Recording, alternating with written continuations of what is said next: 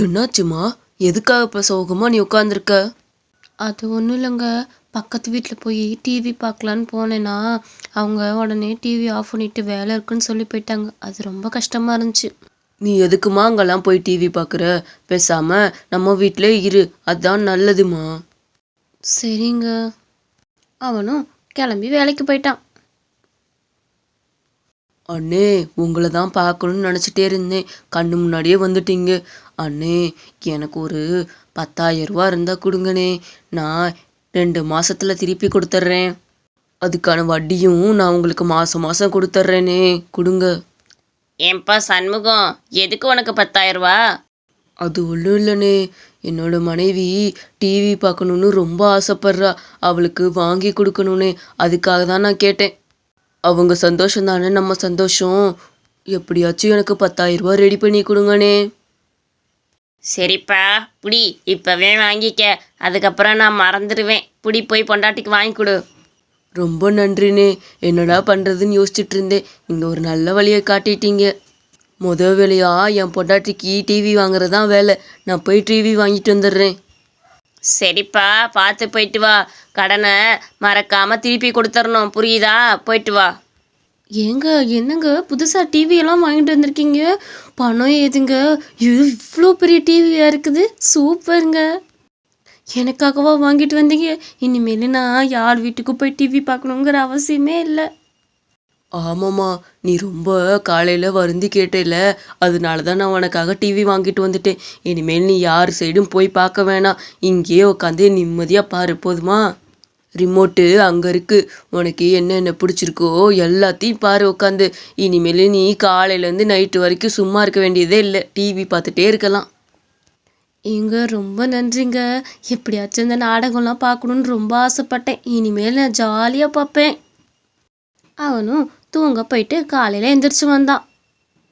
லக்ஷ்மி, மணி ஆயிடுச்சு, நான் கிளம்புறேன் என்ன? ஆனால் அவள் எந்த பதிலுமே சொல்லலை. டிவியிலே கண்ணோட்டமாக இருந்தா. லக்ஷ்மி, என்னை பாரு, டிவியவே பார்த்துட்டு இருக்காத, என்னையும் பாரு கொஞ்சம். அவள் கொஞ்சம் கூட திரும்பலை. உன்னிப்பாக அதையே பார்த்துட்டு இருந்தா. சரின்னு அவனும் சாயந்தரம் வந்து பேசிக்கலான்ட்டு வேலைக்கு கிளம்பி போனான். வேலைக்கு போயிட்டு வேலையை முடிச்சுட்டு வீட்டுக்கு திரும்பவும் வந்தான். அப்பையும் அவனோட மனைவி அந்த டிவியை விட்டு நகரவே இல்லை. லக்ஷ்மி, நான் காலையிலே போயிட்டு வரேன்னு சொன்னேன், அப்பவும் பார்க்கல, இப்போவும் இதிலே உட்காந்துருக்குற. ஏங்க, இந்த நாடகத்தை பார்த்து முடிச்சிடுறீங்க.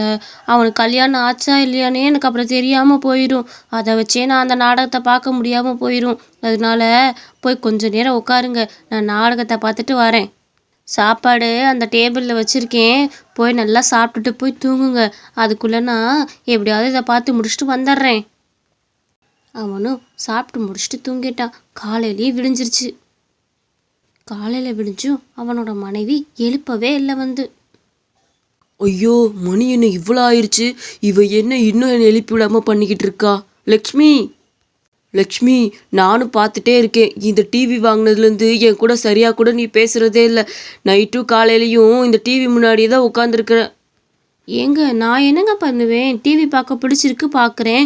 உங்களுக்கு ஏதாவது பண்ணாமல் வந்து உட்காந்து டிவி முன்னாடி பார்த்தேன்னா உங்களுக்கு சமையல் எல்லாமே பண்ணி வச்சுட்டு தானே நான் வந்து உட்காந்து பார்க்குறேன். இதில் என்ன உங்களுக்கு சிரமம்? ஏதாச்சும் பண்ணாமல் வந்தால் கூட சொல்லலாம்.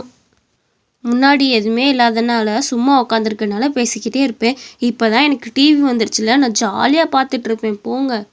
லக்ஷ்மி, முன்னாடி எவ்வளோ பாசமாக என் மேலே இருப்ப, என் கூட பேசாமல் இருக்கவே மாட்டேன். இப்போ இப்படி இருக்க? அப்படிலாம் இல்லைங்க, நான் நல்லா தான் பேசுகிறேன். தள்ளுங்க, அந்த சீன் முடிய போகுது, நான் பார்த்துக்கிறேங்க. அதுக்கப்புறம் நம்ம சாயந்தரம் வந்து எல்லாத்தையும் பேசிக்கலாம். அவனும் கோச்சிக்கிட்டு வேலைக்கு கிளம்பி போயிட்டான். வேலைக்கு போயிட்டு நைட்டு தூங்கவும் போயிட்டான். 2 பேருமே தூங்கிக்கிட்டு இருந்தாங்க. ஏய் லக்ஷ்மி, எந்திரி, உன்னோட கணவனோட ஆயுசு முடிய போகுது. என்னது, என் கணவனோட ஆயுசு முடிய போதா? என்ன நீங்கள் சொல்கிறீங்க? அவரை ஒன்றும் பண்ணிடாதீங்க. அவர் தான் எனக்கு இருக்கிறதுலே எல்லாமே. அவரை பிரித்து கூட்டிகிட்டு போயிட்டீங்கன்னா நான் ஒன்றுமே இல்லை. தயவு செஞ்சு அவரை விட்டுரு. நான் என்ன பண்ணுவேன் லட்சுமி? உன்னோட வாழ்நாளை நீ டிவிலேயே கழிச்சிட்டியே. அப்புறம் எதுக்கு உனக்கு கணவர்? உன் கணவர் உங்ககிட்ட பேச சொல்லியும் நீ பேசலை, அந்த டிவிலேயே தான் உட்காந்துருந்த. இனிமேல் அந்த டிவியவே கட்டிட்டு அழுகு. உன் கணவரை நான் இங்கேருந்து பிரித்து கூட்டிகிட்டு போக போகிறேன். இனிமேல் நீ தனியாக உட்காந்து டிவி பாரு, சரியா? ஐயோ என்னை மன்னிச்சிரு, நான் தெரியாம பண்ணிட்டேன். இனிமேல் என் வாழ்க்கையில நான் டிவியே பார்க்க மாட்டேன். அதெல்லாம் முடியாது லட்சுமி.